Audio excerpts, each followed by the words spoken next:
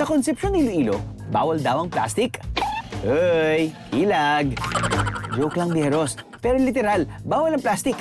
Isa kasi ito sa mga paraan nila para sa waste reduction management ng kanilang lugar. At ang kanilang solusyon, paggamit ng pandan na hindi lang nakatutulong sa pagkontrol ng polusyon, kundi pati na rin sa isang asosasyon. Ang Plandico Pandan Weavers. Karamihan sa mga miyembro nito ay mga babaeng senior citizens na. Sila raw kasi ang nagpapatuloy ng nakagisnan nilang tradisyon at kultura. Siyempre, hindi pwedeng hindi ako makigulo kina nanay. Magandang hapon po. Pwede po ba akong makigulo sa inyo? Opo, sir. Ang ganda naman po ng view nyo dito. Ito na siguro yung pinakamagandang view sa during paghahabi, no? Ngayon, ginagawa nyo Naghilod na, naghapyod. hapyud sa Ilonggo. Pina-flatten? Oo, na-flat. So isa pong ganito, isa pong piraso, dalawang beses lang. Oo. Tapos nun, iba na po yung Oo. ipa-flatten nyo. Oo. Sunod na mo na i-flatten ito, i-ano namin. Ililas. Dahil may blades na dyan, no? Oo, na. Diyan na ho kayo nag-ayos ng kilay. Ay, hindi. Para sir, magpantay, magpariyo silang, Yung size? yung size. Okay. Pwede ko po bang subukan? Maghapyod? Maghapyod. Okay. Ganyan, sir. Wow. Ang galing mo pala, sir. Pwede. At nabola pa nga ni nanay. Gaganahan ako lalo niyan eh. Alam mo, sabi nga nila eh.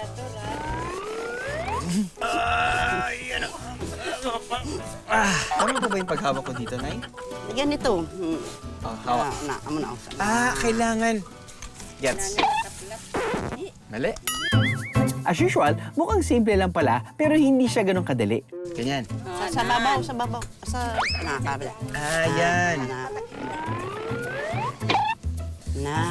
Ganyan. Kailangan pala nakapikit. Ayun, parang kailangan ko maramdam. Ayun. Okay. Pasa na po ba yan, ma'am? Pasa na. Papunta na tayo sa exciting part. Exciting nga ba o dapat ako kabahan? Pagit na mo. Hindi. Yung ganito, sir. Oo. Ara saan? Yan. Ayan. So, yan po. Kunin, Okay lang po. Parang hindi. Baka maano ka, sir, ng blade. Control mo siya. I-control ang blade. Ang kamay mo, yung kontrolin mo, hindi ang blade. Hindi blade. Ang kamay mo, kontrolin mo. Ang blade. Diretso na. Sugatan ka. Ganyan. Wow, ang galing na si sir. Marunong na si sir pala, oh. Mukhang relax nga ako dito.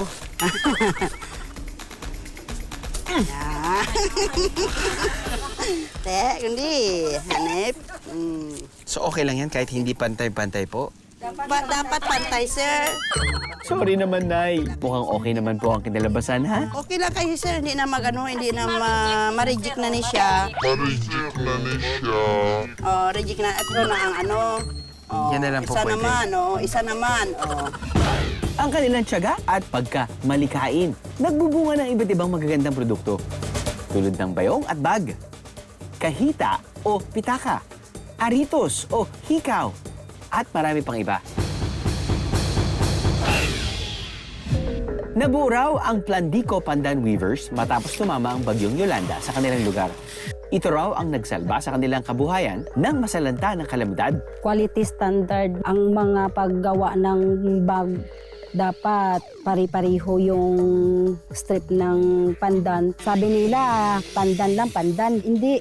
Dapat yung ginagawa mo, standardized. Dahil proud sila sa kanilang mga produkto, pwes, i-model nyo yan, mga nanay.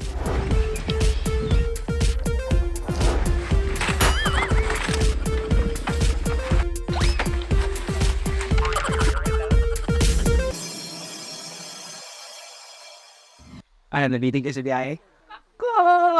All you gotta do is just subscribe to the YouTube channel of GMA Public Affairs and you can just watch all the Behind the Joe episodes all day, forever in your life. Let's go! Yeehaw!